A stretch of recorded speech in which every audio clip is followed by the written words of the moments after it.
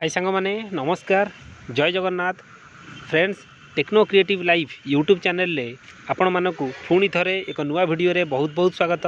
Friends वर्तमान देखंतु आज आपण मानक पई सुभद्रा योजना उपरे एक नुआ अपडेट टी रही। फ्रेंड्स आपण मानक पाखकु मार्च 8 तारिख रे आसीबाकु थिबा पैसा आपणकर आसीबो कि नाही ताहार उपरे ए वीडियोटी वर्तमान रही।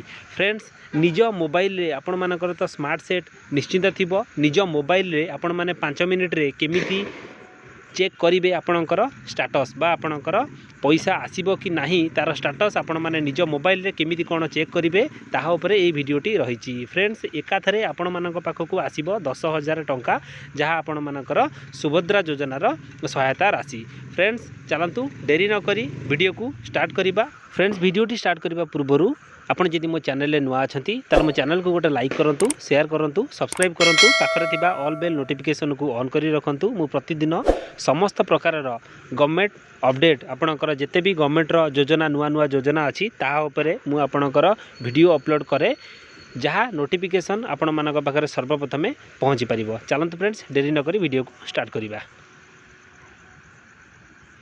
मार्च 8 रे काहाकू सुभद्रा टंका आसीबो मोबाइल रे आपण माने केमिति चेक करिवे आपण मानकर स्टेटस ताहा नै वर्तमान आपण मानकर वीडियो रे ए रही डिटेल्स वर्तमान आमे जानिबा। मार्च 8 रे एमानक खाता को आपणकर सुभद्रा टंका आपणकर आसीबो मोबाइल रे 5 मिनिट रे केमिति करिवे आपण माने चेक।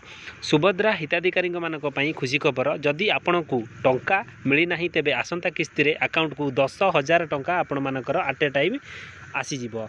जो मानकू प्रथम किस्ती रे टंका मिली सारिछि से मानकू 5,000 टंका मिलिबो। ए नै पूर्वरु बड़ घोषणा करि सारिछन्ती उपमुख्यमंत्री प्रभाती परिडा। सुभद्रा योजना रे आवेदन करिछन्ती किंतु टंका आसीनी किंबा परवर्ती किस्ती रे टंका आसीबो कि नाही ए प्रश्न अनेक हिताधिकारी मन रे एबे भी द्वंद्व सृष्टि करूची। जदि आपण भी जानिबाकू चाहुचंती तेबे आसंतु एई वीडियो रे आमे डिटेल्स स्टेप बाय स्टेप जानिबा केमिति आपण माने निज मोबाइल रे 5 मिनिट रे आपण माने निजर स्टेटस चेक करि परिबे।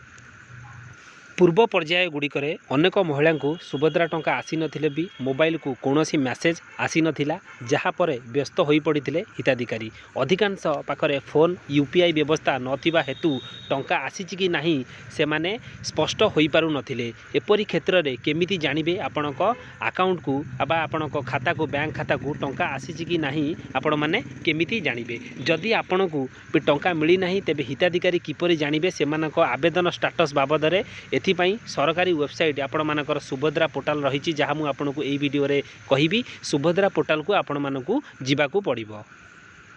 प्रथमे आपण माने सुभद्रा पोर्टाल को गला परे आपण माने निज मोबाइल रे वर्तमान देखंतु मु आपनकू किछिटी स्टेप कहबी आपण माने भल भाबरे वीडियोटी को देखंतु। फ्रेंड्स वर्तमान प्रथम स्टेप रे आपण मानकर रही मोबाइल रे सुभद्रा पोर्टाल खोलिबा हिताधिकारी निजर आवेदन स्टेटस चेक करि परिबे।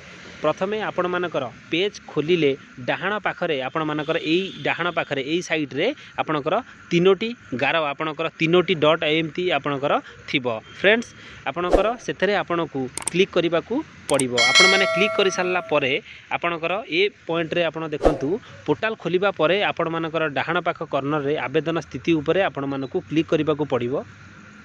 डाहाण पाखरे आपणकू तीनोटी गारा देखा जिवो जेउथरे क्लिक कले हिताधिकारी निज स्टेटस चेक करि परिबे। पोर्टाल खोलिबा परे डाहाण पाख कॉर्नर रे आवेदन स्थिति उपरे क्लिक करंतु तापरे आपण सामना रे एक बॉक्स खोलिबो जेउथरे आपणक निज आधार नंबर देबाकू पड़िबो।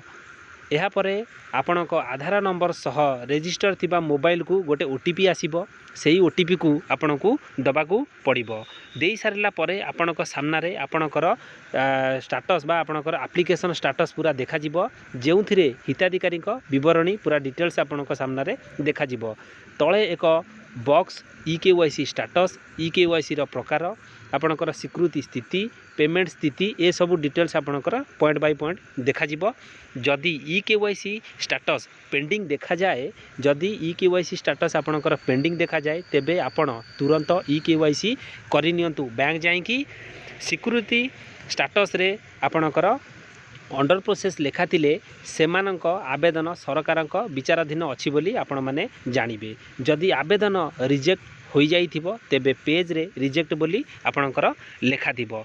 एही स्टेप सबू आपणकर लैपटॉप रे भी हो पार डेस्कटॉप रे भी हो पार आपण मानकर निज निज मोबाइल रे भी आपण माने चाहिए आपण ताकू आराम से 5 मिनिट रे चेक करि परिबे। मु आपनको आउ थरे कहि दउची वर्तमान देखंतु आपणकर पोर्टल टी खोलिबा परे आपणकर डाहाण पाख कॉर्नर रे आपण मानकर आवेदन स्थिति पूरा चेक करबा पई रहिबो। तापरे आपणक सामना रे एक बॉक्स खोलिबो जेउथरे आपणकू निजर आधार नंबर ही खाली आपणकू दबा पई पड़िबो।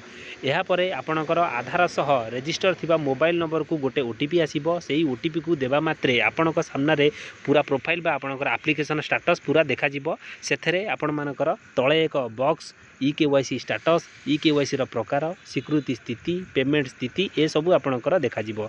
जदि ईकेवाईसी स्टेटस रे पेंडिंग देखा जाइछि तेबे आपण तुरंत ईकेवाईसी करनियंतु बैंक जाइकि स्वीकृति स्टेटस रे प्रोसेस लेखातिले सेमानक आवेदन सरकारक विचाराधीन अछि बोली आपण माने जानिबे। जदि आवेदन रिजेक्ट होई जाइथिबो तेबे पेज रे रिजेक्ट बोली मध्य लेखाथिबो। एही प्रोसेस सबू आपणकर लैपटॉप आपणकर डेस्कटॉप बा मोबाइल रे चाहिए आपण माने चेक करि परिबे। फ्रेंड्स आपण माने एही प्रोसेस देई आपण निज मोबाइल रे चेक करंतु। जदि आपण माने चेक न करि परिबे मते कमेंट करंतु मु आपनकू डिटेल्स स्टेप बाय स्टेप मध्य कहि भी देबी। फ्रेंड्स ए वीडियो रे जहाँ भी किछि स्टेप थिला बा आपनकर जहाँ भी किछि सूचना थिला मु आपनकू सब किछि जणाई देइछि। फ्रेंड्स यदि वीडियोटी आपण मानकू भल लागिथिबो वीडियो को गोटे लाइक शेयर सब्सक्राइब तो निश्चित करिवे। धन्यवाद। जय जगन्नाथ।